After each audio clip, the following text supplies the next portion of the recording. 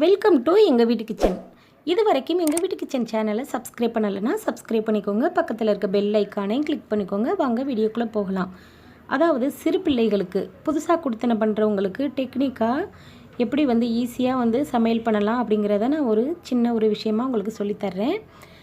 பால் ரொம்ப கம்மியாக இருந்துச்சுன்னா, கம்மியான குவான்டிட்டியில் இருந்துச்சுன்னா நம்ம என்ன செய்யணும்னா, ஒரு டேபிள் ஸ்பூன் அளவுக்கு, அதாவது 5 பேர் 4 பேர் 3 பேர் இந்த மாதிரி உள்ளவங்களுக்கு டீ போடுறதுக்கு, இப்போ ஒரு 3 பேருக்கு டீ போடணும், பால் கம்மியாக இருக்குன்னா ஒரு டேபிள் ஸ்பூன் அளவுக்கு கார்ன்ஃப்ளவர் மாவு சேர்த்து தண்ணியில் நல்லா கலக்கி விட்டுட்டு கொதிக்கிற பாலில் சேர்த்திங்கன்னா பால் உடனே நல்லா திக்காயிரும். இது கார்ன்ஃப்ளவர் மாவு சேர்க்குறதுனால பால் டீ போடுறதுனால அது டேஸ்ட்டு மாறிடுமா அப்படின்னு நீங்கள் நினைக்க வேணாம். ரொம்ப சூப்பராக இருக்கும். இது ஒரு தற்சமயத்துக்கு உண்டான ஒரு சின்ன டிப்ஸு தாங்க. இதை கண்டிப்பாக நீங்கள் வீட்டில் ஃபாலோ பண்ணி பாருங்கள்.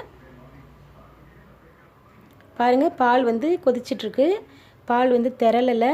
அந்த மாவு சேர்க்குறதுனால பால் திரளாது. டீ போட்டாலும் நல்லாயிருக்கும், காஃபி போட்டாலும் நல்லாயிருக்கும்.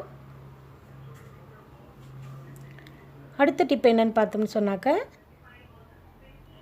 தேங்காய் சில்லு, இது மாதிரி தேங்காய் பத்தன்னு இருக்கும் பார்த்திங்களா, தேங்காயை இந்த மாதிரி கட் பண்ணி வச்சுக்கிட்டு மிக்ஸி ஜாரு, கரண்ட் இல்லாத நேரத்தில் மிக்ஸி ஜாரில் போட்டு அடிக்கிறதுக்கு கொஞ்சம் நமக்கு இதாக இருந்துச்சுன்னா, இந்த மாதிரி துருகள் இருக்குது பார்த்திங்களா, அதில் நம்ம இந்த மாதிரி துருகி நம்ம தேங்காய் பேஸ்ட்டாகவும் அரைச்சிக்கலாம். இப்போ பொரியலுக்கெல்லாம் டக்குன்னு நம்ம இதில் துருகி டக்குன்னு நம்ம பொரியலுக்கு சேர்த்தோம்னு சொன்னால் நல்லா சூப்பராக இருக்கும்.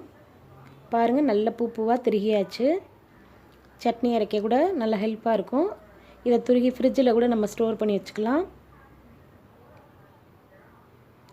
இதை ஒரு முறை ட்ரை பண்ணி பாருங்கள். அடுத்த டிப் என்னென்னு பார்க்கலாம்.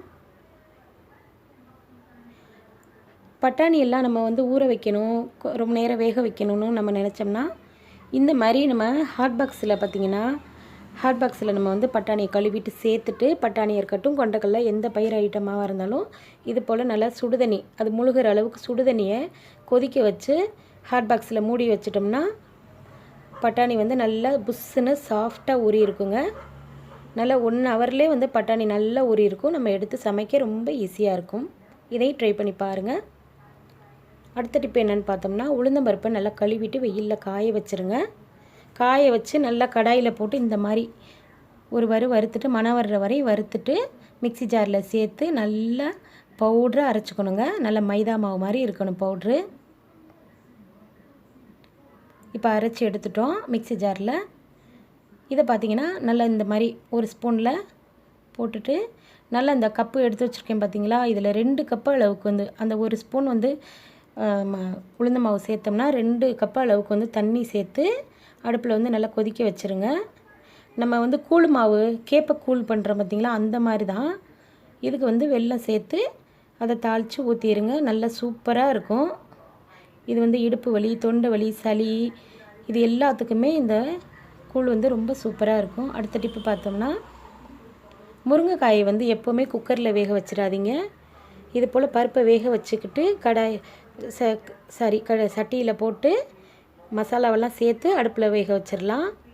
அடுத்த டிப்பு என்னென்னு பார்த்தோம்னாக்க, அரிசி வேக வைக்கிறதுக்கு முன்னாடி கேஸை மிச்சம் பண்ணணும்னு நம்ம நினச்சோம்னா, அரிசி ஒரு 10 நிமிஷம் தண்ணியில் கழுவிட்டு ஊற வச்சுட்டு, அதுக்கப்புறம் இந்த சீசனில் சோறு நச நசன்னு அடியில் சதன்னு இல்லாமல் இருக்கிறதுக்கு இந்த மாதிரி உல வைக்கிறப்ப தண்ணியை நல்லா கொதிக்க விட்டுட்டு அதுக்கப்புறம் அரிசி சேர்த்திங்கன்னா சோறு நல்லா மல்லிகைப்பூவாட்டம் இருக்கும்.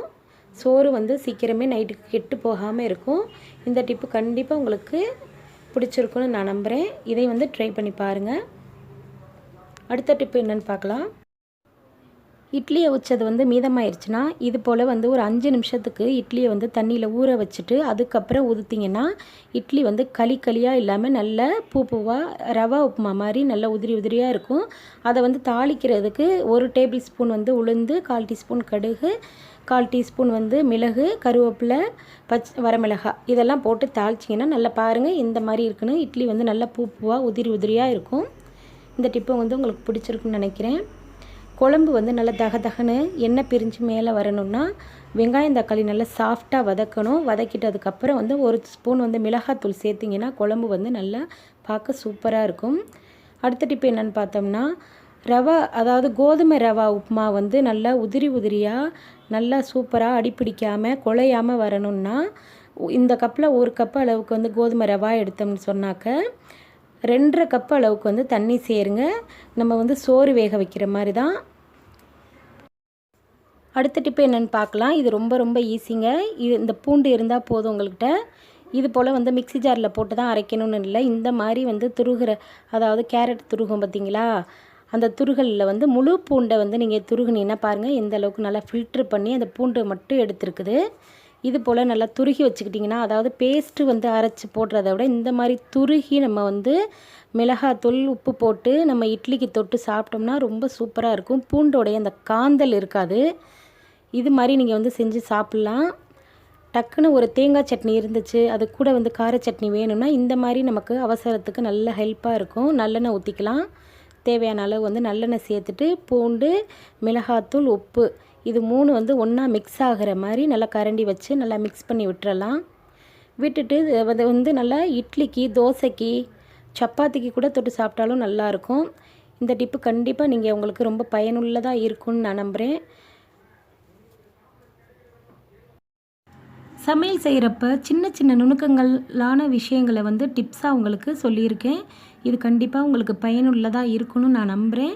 என்னுடைய சப்ஸ்கிரைபர்களுக்காக இந்த டிப்ஸை வந்து நான் வந்து சின்ன சின்ன ஒரு விஷயங்களை வந்து நுணுக்கமாக உங்களுக்கு சொல்லியிருக்கிறேன். கண்டிப்பாக இது உங்களுக்கு பிடிச்சிருக்குன்னு நான் நம்புகிறேன்.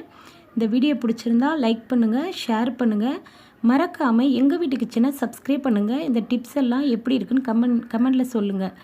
எங்களுடைய குழந்தைங்க சொல்கிறத ஒரு நிமிஷம் கேளுங்க. சூப்பராக இருக்கும். Like share comment subscribe. Like video பிடிச்சதுன்னா லைக் ஃப்ரெண்ட்ஸ் பார்க்கணும்னா ஷேர் கருத்தை சொல்லணும்னா கமெண்ட் சேனல் வேணும்னா சப்ஸ்கிரைப்.